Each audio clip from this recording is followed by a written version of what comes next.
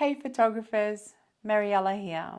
If you're new to wedding photography, mastering your skills in technical skills is key to actually capturing those images that you want, those stunning images that you feel like you need to capture in order to be a successful photographer in the wedding industry. Your goal is to be placed anywhere, no matter the location and no matter what lighting situation you're in, and you be able to capture and tackle it without even stressing out.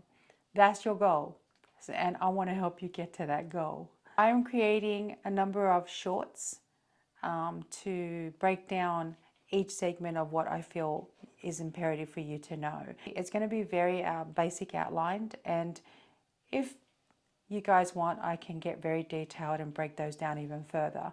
My first one obviously will be mastering your camera settings. So let's get to it. Shooting in manual mode means that you need to learn how to control your ISO, your shutter speed, and your aperture. That took me a while to figure out how to work all three, or even I remember saying, wait, which one's ISO? Hold on. But you know, with more practice and more practice, I figured it out. With that being said, balancing those three elements during your shooting is what's going to create the perfect shot. And because you have full control, you actually control how that the outcome of the image will be. So you might prefer a moodier, darker shot. You might prefer to shoot at a higher SO where your shot is a lot more brighter, as long as we try to not overexpose, because then that's going to be a bitch to try and process and edit afterwards in post. So rule of thumb, don't shoot overexposed crazily. You shoot a little bit, maybe some stops up, but overexposure will totally mess up with your highlights, and then that will be difficult for you to get it back in post.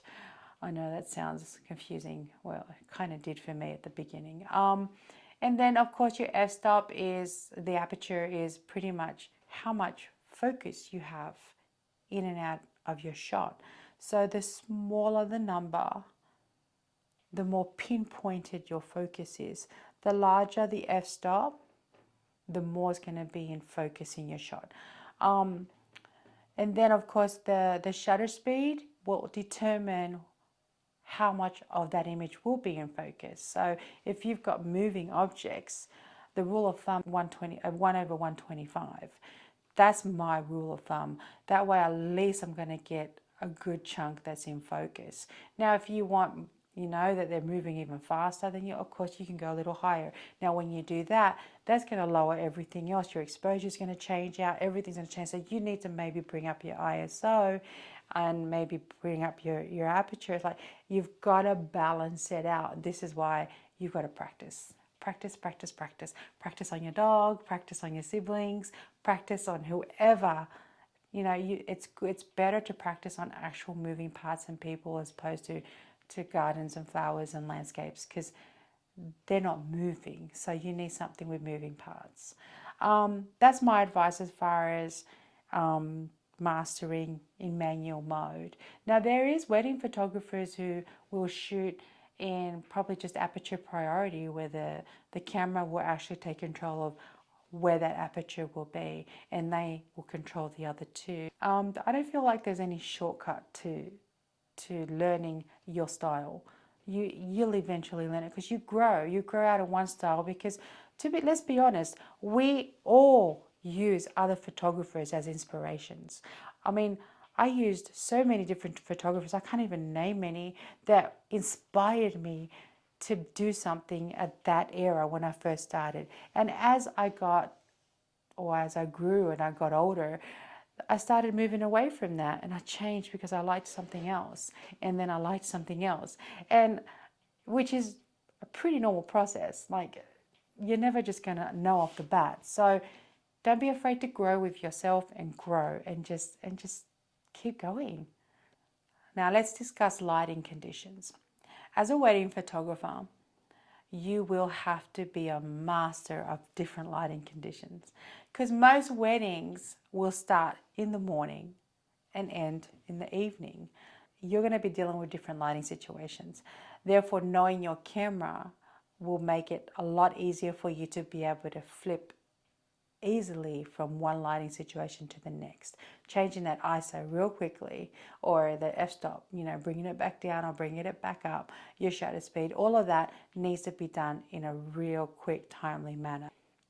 You can also have the option of using auto ISO, with full control of the aperture and shutter speed.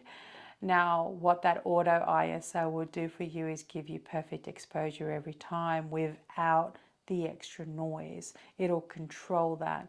You can totally shoot that way. Like, some will disagree with me, some will be like, yes, all the way. Again, personal preference. I don't shoot that way. I shoot manual all the way. Like I said, try it. There's so many ways that you can shoot that will fit your vibe. But just learning it is the key. Lastly, your white balance. White balance is important. I've been using the Kelvin white balance forever. Learning your numbers with Kelvin is a bit more challenging than putting it on auto white balance. Learning your Kelvin numbers. So for me, on an average day, I never go above 5,000 Kelvin. Now, if I was to go into a dim light, dim room that has really warm tones and hues. For example, the mission inn, like every indoor space is really warm except for a few. So I have to literally go down to 3.5 Kelvin, like 3,500 Kelvin or 4,000, but I feel like that's still too high. So it just depends on the coloring of your space, because otherwise, if you don't balance that white balance, you're going to have a lot of orange skin tones and it's not pretty. You can also opt to do auto white balance, and that's fine too. I just like more control with my camera and my settings and how I want my overall picture to look. But yeah, white balance. Never forget the white balance. So that's it for my part 1 series of technical skills. What skills are you working on right now? If you liked this video and you found it helpful, please subscribe to my channel.